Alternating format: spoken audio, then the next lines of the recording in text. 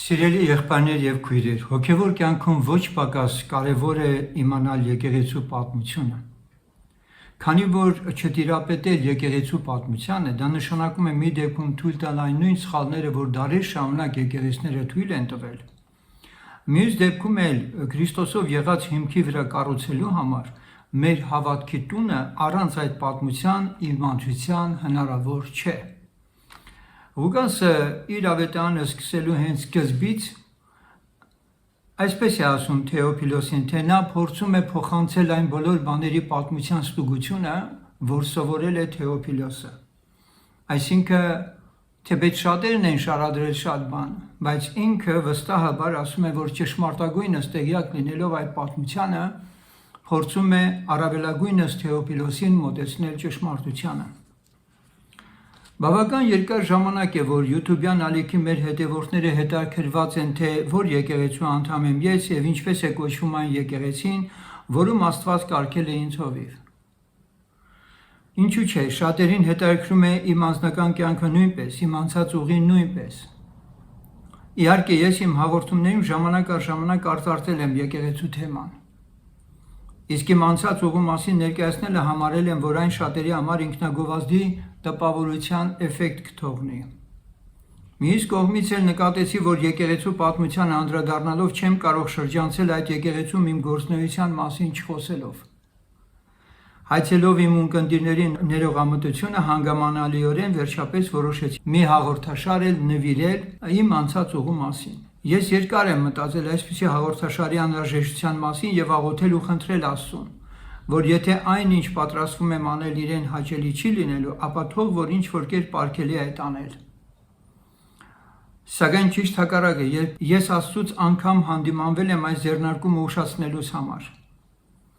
Ինչն է հիմք տալիս ինձ այսպես ներկայանալ։ Ամենից առաջ պարտքի այն գիտակցումը, որ պարտավոր եմ ասելու այն ամեն ճշմարտությունը, որ հայտնի է ինձ։ Երկրորդ Աստծո խոսքի եւ Հիսուս Քրիստոսի վարդապետության իմացության ինձ տրված չափաբաժնի վերաբերյալ մարգարեությունը, որը եղել է ինձ համար եւ Սուրբ Հոգու բացահայտ խոսքը իմ ներսից ինձ համար։ Հասկանում եմ, որ ոմանք թերահավատորեն անգամ սարկազմով կարող են չընդունել իմ հիմնավորումները, սակայն այնուամենայնիվ մի երկու տող ասեմ այդ մարգարեություններից։ Մնացածը ձեր դատողությանն եմ թողնելու։ Դու գիտես որտեղ է ճշմարտությունը զավակս, այսպես է Տերը խոսում ինձ համար։ Մինչև հիմքը կբացահայտեմ քեզ ճշմարտությունը եւ կառաջնորդեմ քեզ։ Ես կապացուցեմ, որ դու իմն ես։ Ես քեզ իմ սեփականության մեջ եմ ուզում վերցնել եւ ես քեզ էլ ավելի կլուսավորեմ, կսովորեցնեմ եւ կհրահանգեմ քեզ ճշմարտության ճանապարհին։ Ոչ պակաս կարևոր եմ համարում իմ այս ներածականում հատկապես շեշտել այն հանգամանքը,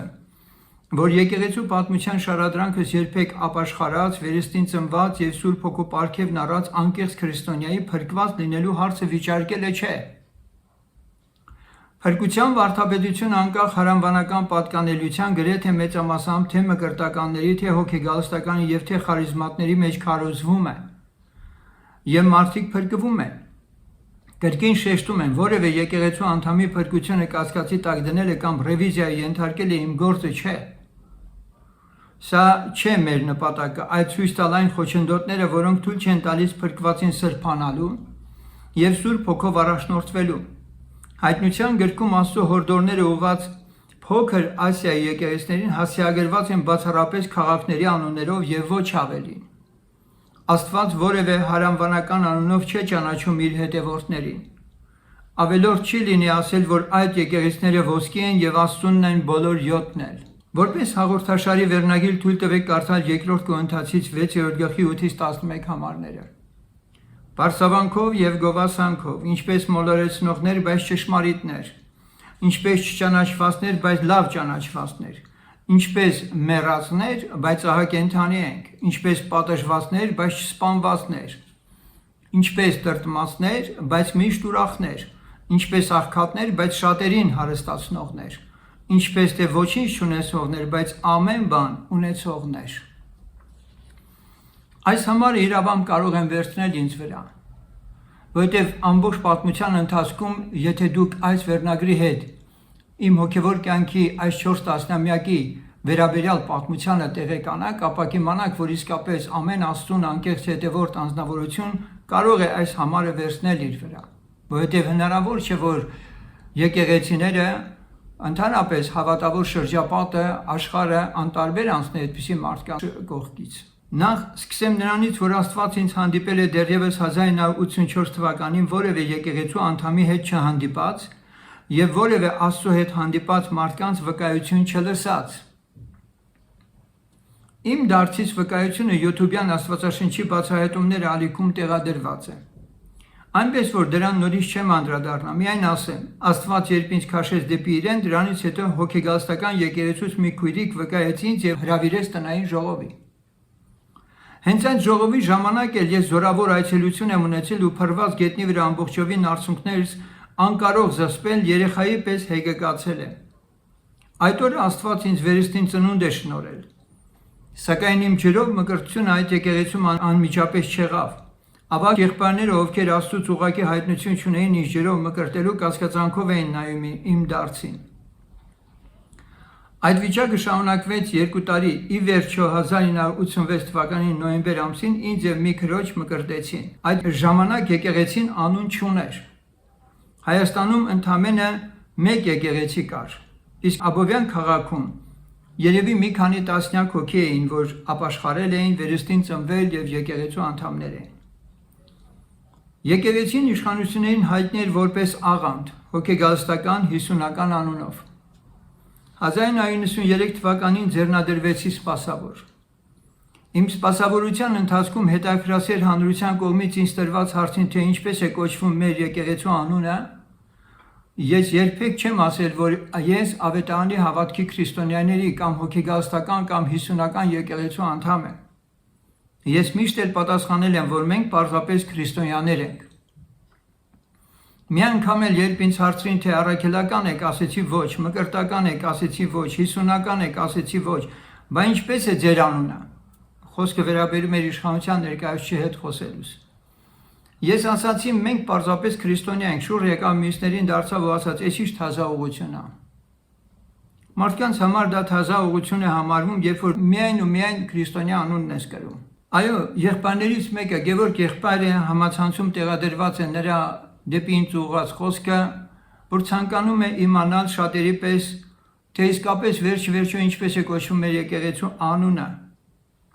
Մարդկանց չի բավարարում, երբ մենք հղում ենք կատարում Սուրբ Գրքին, որտեղ բացի քրիստոնյա անունից աշակերտները ուրիշ անունով չէին կոչվում, այո։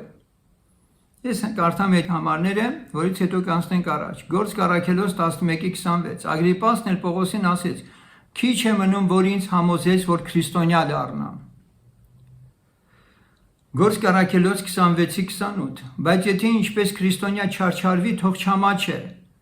այլ փառք տա Աստծուն այդ մասին։ Սակայն քանի որ Սատանան քրիստոնեության անվան տակ կրոն է ստեղծել, հավատացյալներն էլ հետևելով իրենց առաջնորդներին կոչվել են մականուններով,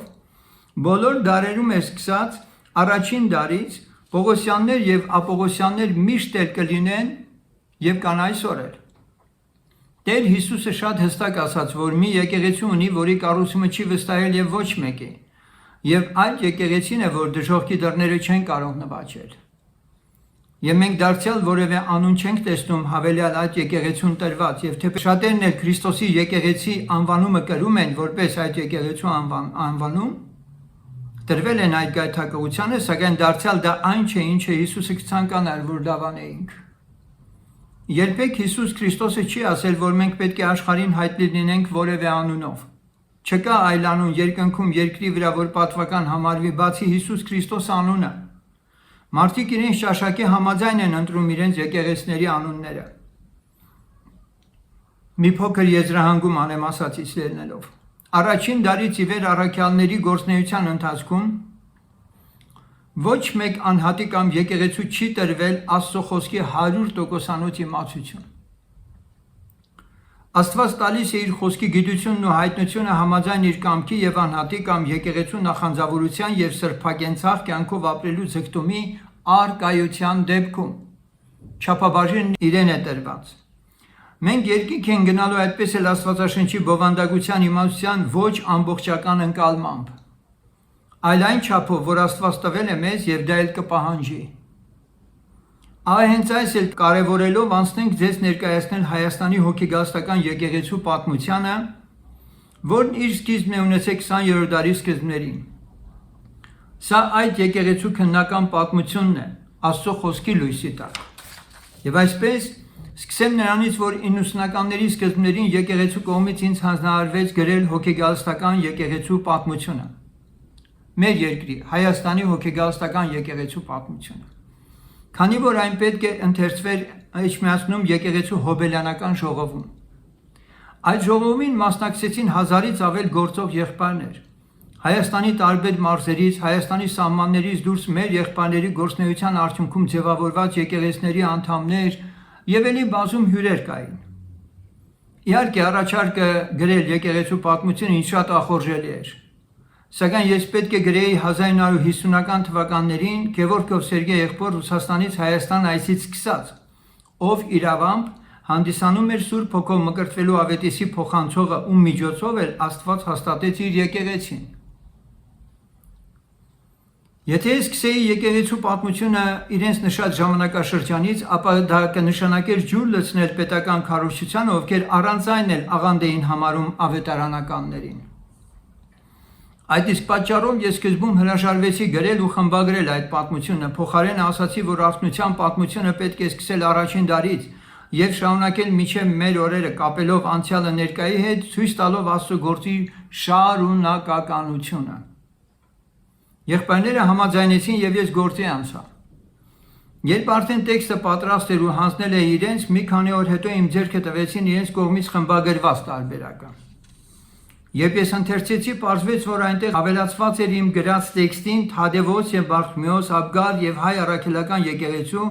ավանդազրույցներից միֆերի բազմաթիվ էլեմենտներ։ Իմիջիայլոց նշեմ, որ քրիստոնեության մուտքը Հայաստան, որի վրա աշխատել եմ դեռ ուսանողական տարիներից, մի քանի հաղորդումներով նախնական տեքստի շարադրանքը իմ ալիքում տեղադրված է, փնտրեք կգտնեք։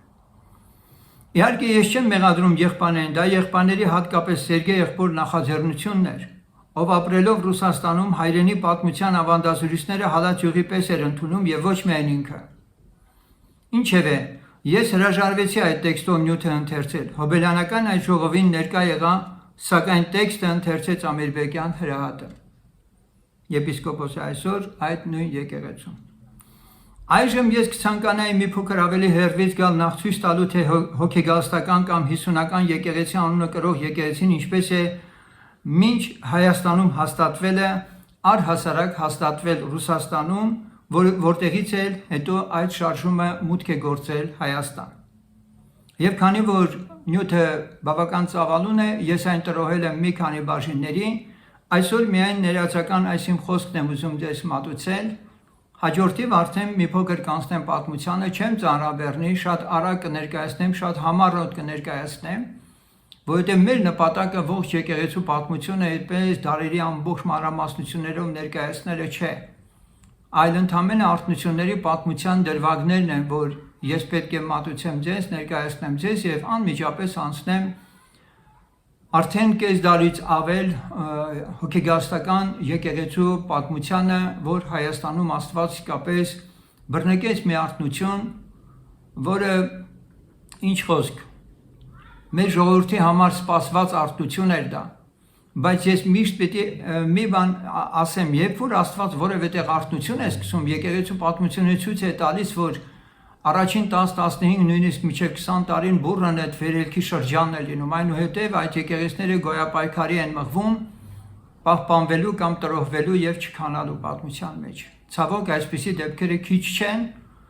եւ նմանատիպ ընթացքի եւ process-ի մեջ ցավոք պետք է նշել, որ այսօր մեր ավետարանական թևը ներկայացնող եկեղեցին է բռնել, որի մանրամասնությունները կներկայացնենք ձեզ, իսկ դուք քննեք ամեն բան Աստծո խոսքով եւ ուշադրություն դարձրեք մի կարևոր հանգամանքի վրա, որ այն փրկության վարդապետությունը, որը մարդը իսկապես արդեն ընդունել է, ապաշխարել, վերստին ծնվել եւ Սուրբ Հոգով մկրտվել, փրկվել է ինքը, այո, սա բազմաթիվ եկեղեցիներում թերևս եթե քարոզվում է ու շատ լավ է, բայց եթե այնուհետև Սուրբ Հոգու առատ ներգործությունն ու պարգևների առատությունը չկա եւ սրբացման չի գնում եկեղեցին, անխուսափելիորեն նա մարելու է մի որոշ ժամանակ հետո։ Ես չեմ ասում, թե իմ այս պատմական շարադրանքը, որ ձեզ պիտի ներկայացնեմ, կկասեցնի այդ process-ը, հեռու եմ այդ գաղափարից, բայց գոնե թե իցե մի քանի Քրիստոսի աշակերտներ ավելի աչալուրջ կլինեն այս ժամանակների մեջ հասկանալու համար, թե իրականում որն է այն ուղին, որ Քրիստոս նեղ է անվանել, այն ճանապարհը, որ նեղ է անվանել եւ որ քչերն են գնացողները դրանով։ Ուստի Աստված թողորտնի ձեզ, հետագա հաղորդումներում մենք անցնենք արդեն հոգեգալստական ընդհանուր արթնության պատմության դրվագները ձեզ ներկայացնելուն եւ այդ կենսագրության մեջ իմ համեստ ներդրումը, որ ես ունեցել եմ, դրանց մասին էլ կխոսենք, իսկ մնացածը արդեն թող որ իմ ունկնդիրները իրենք նայեն, թե իսկապես ինչքանով է մեր ասածը օգտակար իրեն կամ ինչքանով է հավաստի։